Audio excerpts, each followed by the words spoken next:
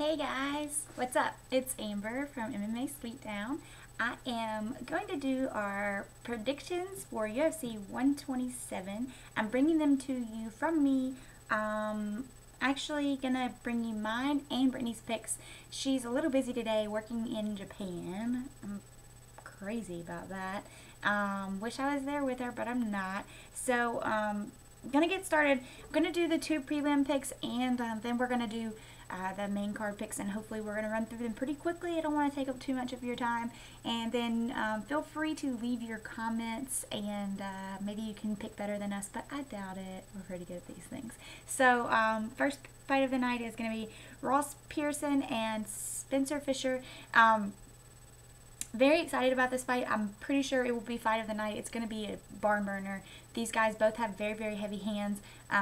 Ross Pearson is probably one of my new favorite fighters. He's very young in the sport and he has a long way to go, but he's just amazing. I mean, his hands are like bombs. Like, I don't know how you could like watch him and be like, oh, he sucks. Like, I've heard somebody be like, oh, he sucks. And I just don't understand how you could ever say that. Like, he's absolutely amazing. And on the same level, Spencer Fisher is one of those guys that you could just not, I don't understand how you could not like. Like, he's one of the guys who's been in the business for a really, really long time. And it's hard to pick against him because he's just so good. He's probably somebody who Ross Pearson like models himself after. So I don't know. You have Spencer Fisher, who has a lot more experience than Ross Pearson, but they both have very, very heavy hands. So I think this fight will end pretty quickly, either with a KO or a TKO, and it's very, very hard for me to pick, but Ross Pearson, TKO, second round. I had Brittany text me her results, and I'm going to read them from my phone so that you guys know that we're not sitting here having like a little powwow and she's not picking her fights like with me as she's hearing me do it. So here we go.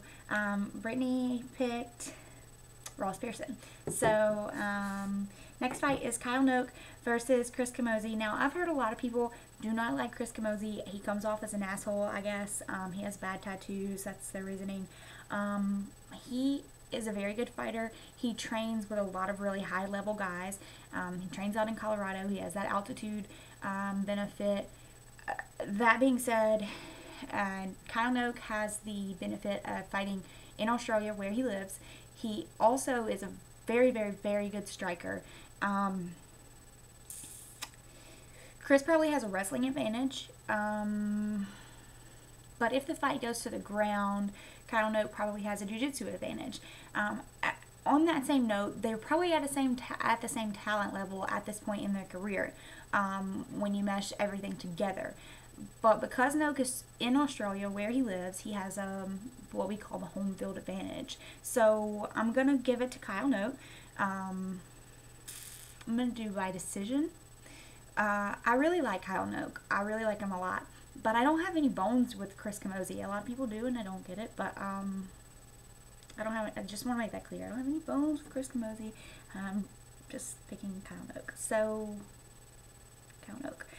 Brittany picked Kyle Noak. Promise we did not sit around and powwow before this. Chris Lytle and Brian Ebersole. Alright, so I don't know how closely you guys follow this kind of stuff, but Chris Lytle was supposed to fight Carlos Condit, who is absolutely freaking amazing. Carlos Condit, for those of you who don't know, beat Dan Hardy, who's, I love Dan Hardy. So if this were that fight, this would be a lot harder decision for me, and let me just say that ahead of time, but it's not that fight. So I'm going to pick Chris Lytle. It's not even a hard decision for me. Ebersole is very, very, very experienced if you don't know who he is. He's coming into the UFC with like 46, 47 fights, so don't underestimate him. But at the same time, Chris Lytle is Chris Lytle. He always, always, always comes to fight. So you cannot like go, oh, I don't like Chris Lytle. Like, he brings a fight. He's fighting the Night Honors like more than I think anybody. Like, it's insane. His jiu-jitsu is outrageous. Like, I just don't understand how you can not like Chris Lytle. So, I'm going to go with Chris Lytle. But I'm going to pick it a little crazy. Like, I'm going to go with like a TKO or something nuts like that. I think he'll set it up with like a submission attempt and then TKO him. So, Chris Lytle, TKO, let's go with like second or third. End of second, early third round. Brittany picked Chris Lytle. And I'm about to sneeze and sorry. I don't know how to edit these videos either, so you're just gonna have to deal with me sneezing. At least you know it's legit. The next fight is George Soteropoulos and Dennis Siver. It's not Seaver, it's Siver. Might surprise a lot of you, but I'm picking Soteropoulos. Thanks to Joe Lozon, who talked me down and made me realize that Soteropoulos is really a nice guy. Soteropoulos practices the Eddie Bravo system, and for those of you who do not know, that system really works. It's set up for fighting, so it's good. And Soteropoulos is amazing. If you haven't seen him fight, he's just good.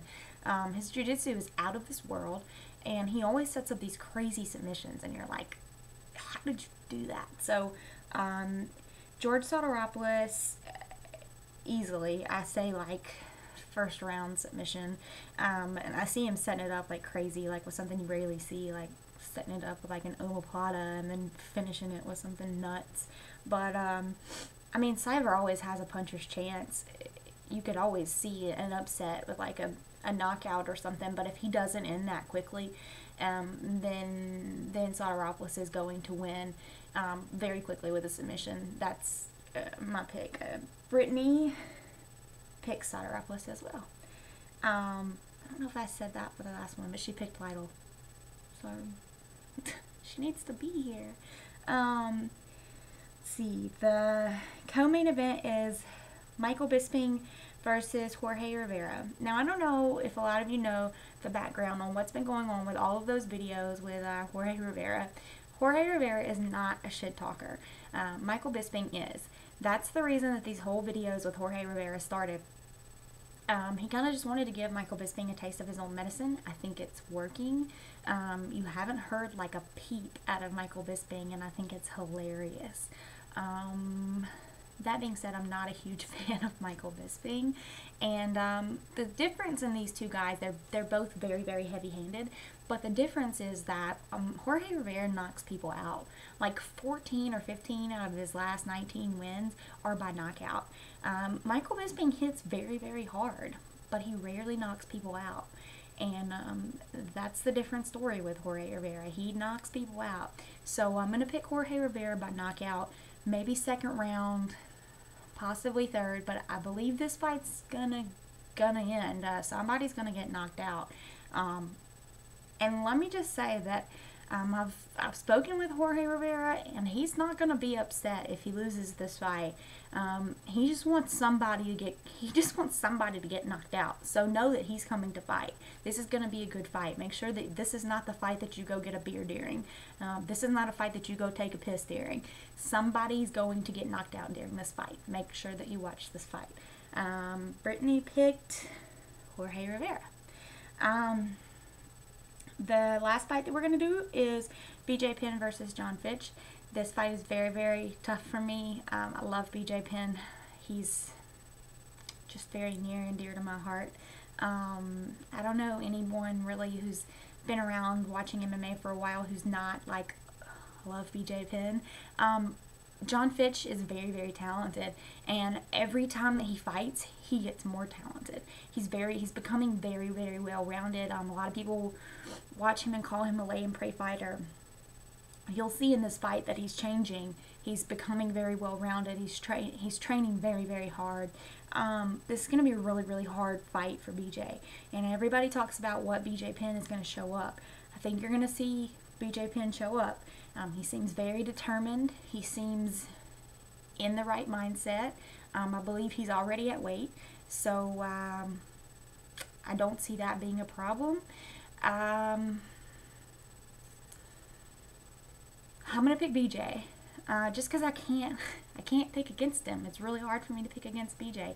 I picked BJ even when my gut told me not to with Frankie Edgar. So I'm gonna pick BJ, but I know it's gonna be a very, very hard fight for BJ. So BJ has to come in knowing 110% that he can win this fight. There's got to be no doubts in his mind that he can win this fight. So BJ pin. Let's go with TKO. Let's do it first round, because I think he's got to do it quickly with John Fitch. I think if the fight goes to the ground, he's going to have a lot of problems with John Fitch. So, tough fight. Very, very tough fight. And I think that John Fitch is, I think that for his sake, he needs to show his fans and everybody that naysays him that he's becoming more well-rounded. I think that he needs to do that now. So, that's how I feel about it. Not really. I don't really think I picked that at all, but whatever. Brittany picks BJ Penn. So those are our picks from MMASweetDown. We're gonna start trying to do this every time. We have a little thing we're gonna start doing. I can't really talk about it, but hopefully it's gonna work out. And feel free to make little comments there at the bottom of your page and see if you can outpick us. Maybe we'll try to pull something together for somebody who does. We'll see. Anyway, you can check out our show. It's on Sundays on Blog Talk Radio, MMASweetDown. It's on Sunday at 7 p.m. Central, 8 p.m. Eastern. And you can follow us on Twitter. I'm at Amber MMA, and Brittany is at Brittany and MMA. Thanks for tuning in. You guys have a good one.